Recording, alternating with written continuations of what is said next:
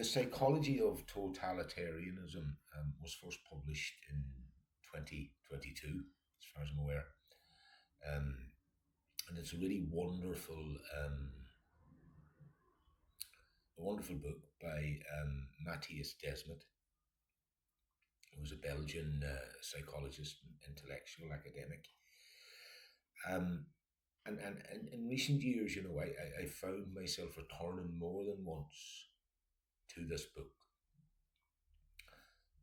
Not because the central concept it works with is especially new. The dynamics of collective identification, suggestion, and conformity under conditions of social strain have been explored in various ways long before uh, the moment we're currently in now. But because of how clearly Desmond attempts to articulate these dynamics as they might be operating under contemporary technological and social conditions. So, in that sense, what really seemed to stay with me after reading the book was not so much the concept of mass formation itself, which is one of the central concepts he's dealing with in the book, but the way in which Desmond, his framing of it lands within a cultural landscape that is already saturated with interpretive urgency. This book entered into circulation at a time when many people across a wide range of ideological and political positions were and still are actively seeking explanatory frameworks for what feels to them like a rapidly destabilizing social world. And this speaks very directly to the conversation reflection I uploaded recently on the whole conversation around immigration in Ireland. And so in such an atmosphere, ideas don't remain inert for very long. Like, they're taken up, they're rephrased and sharpened, simplified and deployed. And often they're absorbed into interpretive habits that were already in place before the idea arrived. So like this is not a criticism of Desmond's work, not by a long shot. I think it's a wonderful book.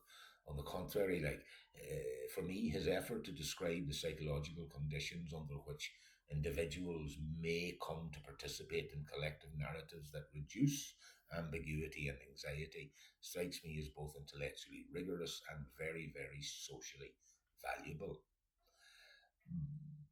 But it also points towards something that became increasingly noticeable for me anyway while engaging with the book, namely the possibility that a concept designed to illuminate certain dynamics may itself become entangled in the very dynamics it seeks to describe. You know, Once an idea enters into public discourse, it begins to circulate within a network of existing commitments, identities, and antagonisms. It's interpreted not only in light of what it proposes, but in light of what its readers are already inclined to see. And so, in this way, a concept like mass formation can paradoxically become a tool for reinforcing the kind of rigid interpretive closure that it originally aimed to call into question.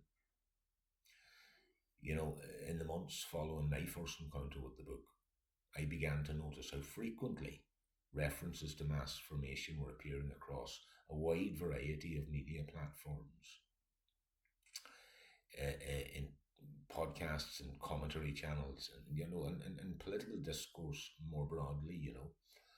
And I noticed that this in Ireland, as well. And in many of these contexts, the concept was being mobilized, to my mind anyway, less as an invitation to examine the social conditions under which collective identification becomes more likely, and more as a way of diagnosing or categorizing others.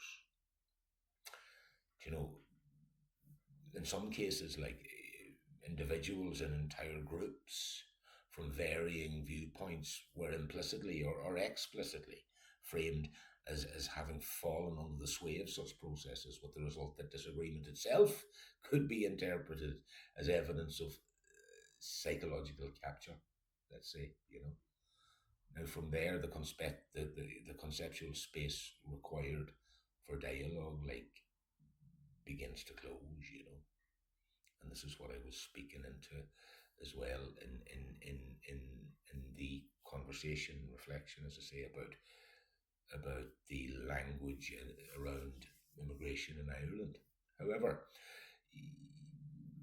what happens then is that the question shifts from what conditions might make this dynamic more likely to occur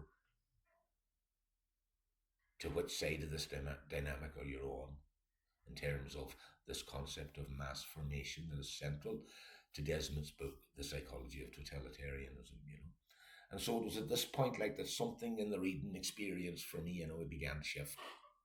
And so, like, the value of this book, as I encountered it, lay not in its potential application to those with whom one already disagrees, like, but in its capacity to draw attention to the subtle ways in which one's own interpretive habits may become increasingly rigid under conditions of uncertainty and threat. And in that sense, the concept of mass formation becomes less a lens through which to view others and much more a mirror in which to notice one's own attraction to narrative closure. And I feel this is particularly relevant in a technological environment where the sheer velocity of information flow often exceeds our capacity for reflection. Under such conditions, like, the pressure to settle quickly into coherent explanatory frameworks can become quite strong. And I think we're seeing a lot of that, So, and then, like, the interpretive relief that accompanies a convincing narrative, especially one that identifies a clear source of dysfunction or danger, can be very, very difficult to resist, But for me, it's precisely here that Desmet's work at its best seems to ask for a different kind of attention. Rather than encouraging us to identify instances of collective delusion elsewhere, for me, it very much invites us to examine the circumstances under which our own perception of complexity begins to give way to more streamlined oppositional accounts of social reality, Where do I find myself becoming less curious? Where do I feel the pull toward certainty? At what point does the need for explanation begin to override the capacity to remain with ambiguity? And, like, these are not comfortable questions for any of us, and they certainly don't lend themselves easily to public performance. But for me, they may, they're among the more important questions that a concept like mass formation can provoke, particularly in a moment where the temptation to sort the world into psychologically legible camps appears to be intensifying, across the political spectrum. Now, it must be said here that none of this, for me, diminishes the importance of Desmet's contribution. If anything, it underscores the paradox that accompanies any serious attempt to articulate the psychological dynamics of collective life. The clearer the articulation, the more readily it may be taken up in ways that depart from its original intent. And this isn't a problem that can be solved in advance either. Like, it's a condition of participation in shared symbolic environments, Ideas circulate, and in circulating, they are transformed. They acquire new emphasis, new applications, and new rhetorical functions. They become, in some cases, like stabilizing narratives in their own right. So what remains then is the ongoing task of noticing when a concept that initially opened a field of attention begins over time to actually close it. In my own case, like, engaging with the psychology of totalitarianism sharpened the sensitivity to this process, not only in public discourse, but in the more private terrain of interpretation where meaning is first established and assembled. And it brought into focus the ease with which explanatory models can become identity markers and the subtle ways in which language may begin to serve as a proxy for orientation in an otherwise uncertain landscape. To the extent that the book has been influential, and it really, really has, it seems likely for me anyway that its long-term value, let's say, will depend not only on the accuracy of its claims, but on the manner in which those claims are integrated into a broader culture of reflection. And I feel this is important. And like that integration cannot be legislated, and it can't be guaranteed by the author. It unfolds within the interpretive practices of readers, commentators, and communities over time. And in that unfolding, there'll always be a tension between illumination and appropriation,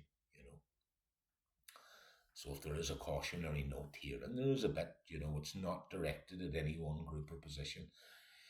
It's directed as much as anything at the shared human tendency to seek relief from uncertainty through the rapid consolidation of explanatory certainty, and especially when supported by concepts that appear to legitimize that consolidation. In this sense, like the enduring contribution of Desmet's work and this particular book may lie not in the conclusions it enables, but in the quality of attention it calls forth, an attention capable of noticing when the desire to diagnose begins to outpace the willingness to understand. Icarus landing, trying to stay landed in the body, lads, just for today.